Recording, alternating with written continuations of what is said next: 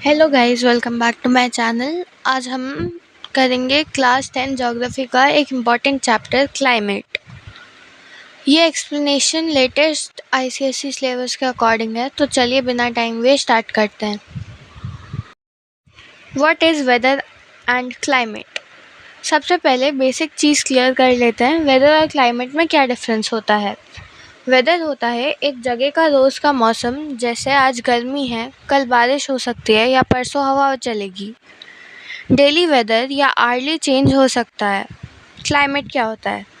Climate का मतलब है लॉन्ग टर्म एवरेज वेदर, एक जगह का लगभग 30 से 35 ईयर्स का एवरेज। एग्जाम्पल के लिए राजस्थान का क्लाइमेट ड्राई और हॉट माना जाता है क्योंकि वहाँ ज़्यादातर गर्मी और ड्राइनेस रहती है। केरला का क्लाइमेट ह्यूमिड और रेनी होता है क्योंकि वहाँ सालों से रेगुलर बारिश होती रहती है। तो वेदर शॉर्ट टर्म के लिए होता है और क्लाइमेट लॉन्ग टर्म के लिए। Climate of India. अब बात करते हैं इंडिया के क्लाइमेट के बारे में। इंडिया का क्लाइमेट ट्रॉपिकल मॉनसून टाइप है। ट्रॉपिकल मॉनसून क्लाइमेट का मतलब होता है सीजनल रिवर्सल ऑफ विंड्स होता है। समर और विंटर्स में अलग डायरेक्शन का विंड फ्लो रहता है और वेट और ड्राई सीजन क्लियरली दिखते हैं। एक और इम्पोर्टेंट पॉइंट, इंडिया का क्लाइमेट बहुत डाइवर्स है। एग्जाम्पल के लिए चेरापूंजी में दुनिया के सबसे ज़्यादा रेनफॉल होती है और दूसरी तरफ राजस्थान के कुछ रीजन में पूरे साल बहुत कम रेनफॉल होती है। तो ये वैरायटी हमें दिखाती है कि इंडिया का क्लाइमेट कितना वाइड रेंज का है। Factors affecting climate of India overview. India के क्लाइमेट को कौन कौन से फैक्टर इन्फ्लुएंस करते हैं? ये मेजर फैक्टर हैं latitude first, second altitude, third distance from sea, fourth relief और topography, fifth winds and pressure system, sixth jet stream. अब मैं इन सबको थोड़ा और डिटेल में एक्सप्लेन करने वाली हूँ। First latitude. लैटिट्यूड का मतलब है एक जगह की पोजीशन इक्वेटर के रिस्पेक्ट में। इंडिया में tropic of cancer almost centre से पास करती है, गुजरात से लेके मिज़ोरम तक। इसलिए ट्रॉपिक के साउथ में जैसे Kerala, Tamil Nadu mainly tropical climate है, मतलब गर्मी और ह्यूमिडिटी ज़्यादा है। ट्रॉपिक के नॉर्थ में जैसे पंजाब, दिल्ली सब ट्रॉपिकल क्लाइमेट है। यहाँ समर्स बहुत गर्म होते हैं और विंटर्स ठंडे।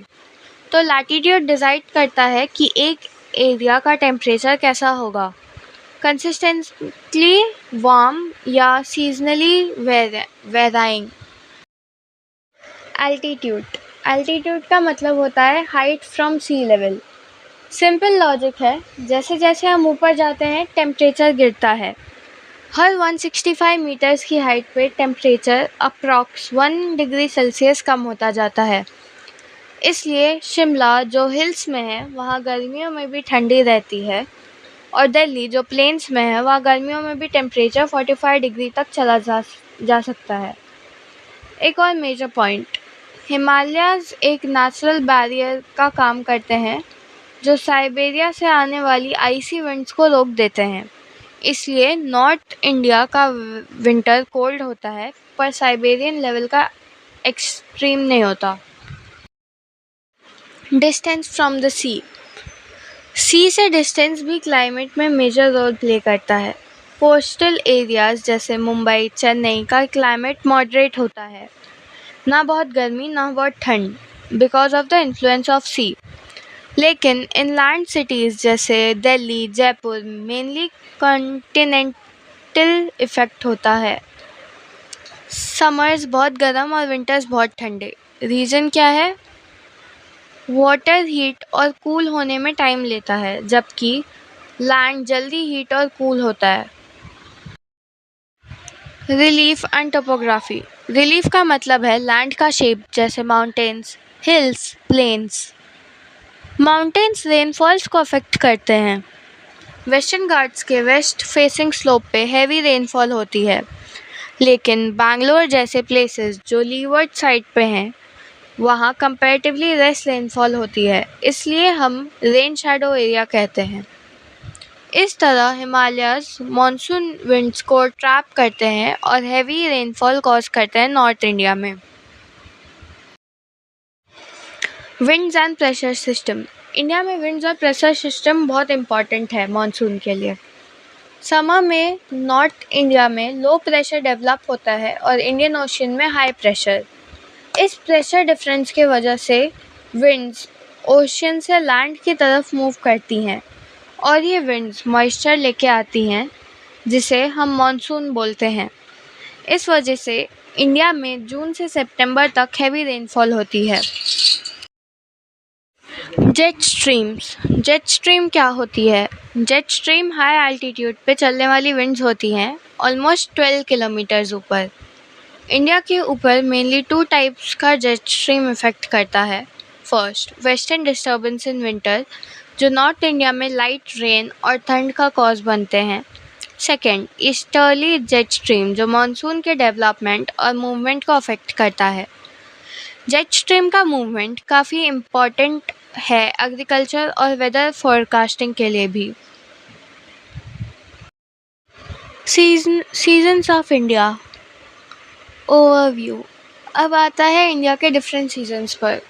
आईसीएसई के सिलेबस के अकॉर्डिंग इंडिया में 4 मेजर सीजन्स होते हैं। First, cold winter season winter. Second, hot weather season summer. Third, south west monsoon season rainy season. Fourth, retreating monsoon season autumn. अब हम सारे सीजन्स को इंडिविजुअली डिस्कस करेंगे। Cold weather season winter mid November to February. ये season mid नवंबर से फरवरी तक चलता है। फीचर्स: नॉर्थ इंडिया में ठंड पड़ती है स्पेशली दिसंबर और जनवरी में। डेज शॉर्ट होते हैं और नाइट लॉन्ग। कोस्टल एरिया जैसे चेन्नई में इतनी ठंड नहीं पड़ती, यहाँ टेम्परेचर मॉडरेट रहता है। वेस्टर्न डिस्टर्बेंस की वजह से पंजाब हरियाणा में हल्की सी बारिश और स्नोफॉल होती है, specially in Jammu Kashmir. Overall winters में ड्राई और प्लीजेंट वेदर होता है। Hot weather season summer March to May. इस सीज़न की शुरुआत मार्च से होती है और मई तक चलता है। फीचर्स: नॉर्थ इंडिया में टेम्परेचर काफ़ी हाई होता है, कई बार 45 डिग्री सेल्सियस से भी ऊपर चला जाता है। प्लेन्स में लू चलती है। लू मतलब वो हॉट और ड्राई विंड्स जो दिन के टाइम में चलती हैं और काफ़ी डेंजरस भी होती हैं। कोस्टल एरिया में टेम्परेचर मॉडरेट रहता है लेकिन ह्यूमिडिटी ज़्यादा होती है। एक और पॉइंट, समर के दौरान कन्वेंशनल करंट्स डेवलप होते हैं, मतलब ज़मीन का सरफेस गर्म हो जाता है और गर्म हवा ऊपर उठती है। इस प्रोसेस की वजह से कुछ रीजन में प्री मानसून शावर देखने को मिलते हैं, जैसे केरला में मैंगो शावर्स जो आम के पेड़ों के फ्लावरिंग के लिए इम्पॉर्टेंट होते हैं।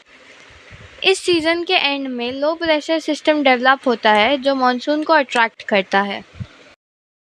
South west monsoon season rainy season June to September. ये सबसे अवेटेड सीज़न है। साउथ वेस्ट मानसून जून के आसपास केरला कोस्ट पर अराइव करता है और ग्रेजुअली पूरी इंडिया को कवर करता है। ये wind south east trade winds का एक्सटेंशन होते हैं जो इक्वेटर क्रॉस करके साउथ वेस्ट डायरेक्शन में मूव करती हैं। साउथ वेस्ट मानसून 2 ब्रांच में डिवाइड होती हैं। फर्स्ट, अरेबियन सी ब्रांच और second, bay of Bengal branch. First, Arabian sea branch western Ghats में टकराते ही हैवी रेनफॉल कॉज करती हैं। मुंबई, गोवा जैसे कोस्टल एरिया में बहुत हैवी बारिश होती है। Second, bay of Bengal branch. ये ब्रांच नॉर्थ ईस्ट इंडिया के तरफ जाती हैं। आसाम, मेघालय जैसे स्टेट्स में रिकॉर्ड ब्रेकिंग रेनफॉल होती है। फिर ये ब्रांच हिमालयस से टकरा के प्लेन्स में बारिश करती हैं। इम्पॉर्टेंट बात, मॉनसून की कंसिस्टेंसी यूनिफॉर्म नहीं होती। कहीं कहीं पे हेवी फ्लड्स आ जाती हैं और कहीं ड्रॉट आ जाता है। एग्रीकल्चर इंडिया में मोस्टली मॉनसून पे डिपेंड करता है, स्पेशली राइस और शुगर केन के क्रॉप्स। इस सीज़न में ह्यूमिडिटी लेवल्स भी काफ़ी हाई रहते हैं। Retreating monsoon season autumn October to November. अब बात करते हैं लास्ट सीज़न की रिट्रीटिंग मॉनसून। सितंबर का एंड या अक्टूबर से विंड्स का पैटर्न चेंज होना शुरू हो जाता है। लैंड कूल होने शुरू हो जाते हैं, लेकिन ओशियंस अभी भी वार्म रहते हैं। इसलिए प्रेशर डिफरेंस रिवर्स हो जाता है। इस सीज़न में मॉनसून विंड्स वीक हो जाते हैं और वापस ओशियन की तरफ रिटर्न करते हैं। ये रिटर्निंग विंड्स ड्राई होती है, लेकिन जब बे ऑफ बंगाल क्रॉस करती है तो मॉइस्चर पिक कर लेती हैं। इस वजह से तमिलनाडु और आंध्र प्रदेश में अक्टूबर-नवंबर के दौरान बारिश होती है। इसको हम रिट्रीटिंग मॉनसून रेनफॉल बोलते हैं। Important point, north east monsoon भी इस टाइम होता है, जो मेनली तमिलनाडु को पानी देता है जब बाकी इंडिया ड्राई होता है। ओवरऑल वेदर प्लीजेंट होने लगते हैं और थोड़ा विंटर का फील आने लगता है। Importance of monsoon. इंडिया में मॉनसून काफ़ी इम्पॉर्टेंट है, क्योंकि एग्रीकल्चर सेक्टर मोस्टली रेनफॉल पर डिपेंड करता है। रिवर्स, लेक, पॉन्ड्स का वाटर लेवल मॉनसून से रिचार्ज होता है। हाइड्रो इलेक्ट्रिक पावर प्लांट्स के लिए भी मॉनसून रेनफॉल ज़रूरी है, लेकिन कभी कभी अनप्रडिक्टेबल मॉनसून से फ्लड्स जैसी प्रॉब्लम्स भी क्रिएट होती हैं। इसलिए मॉनसून को एक्यूरेटली प्रेडिक्ट करना बहुत इम्पॉर्टेंट है। तो दोस्तों, हमने आज के सेशन में इंडिया की क्लाइमेट के बारे में बहुत कुछ सीखा।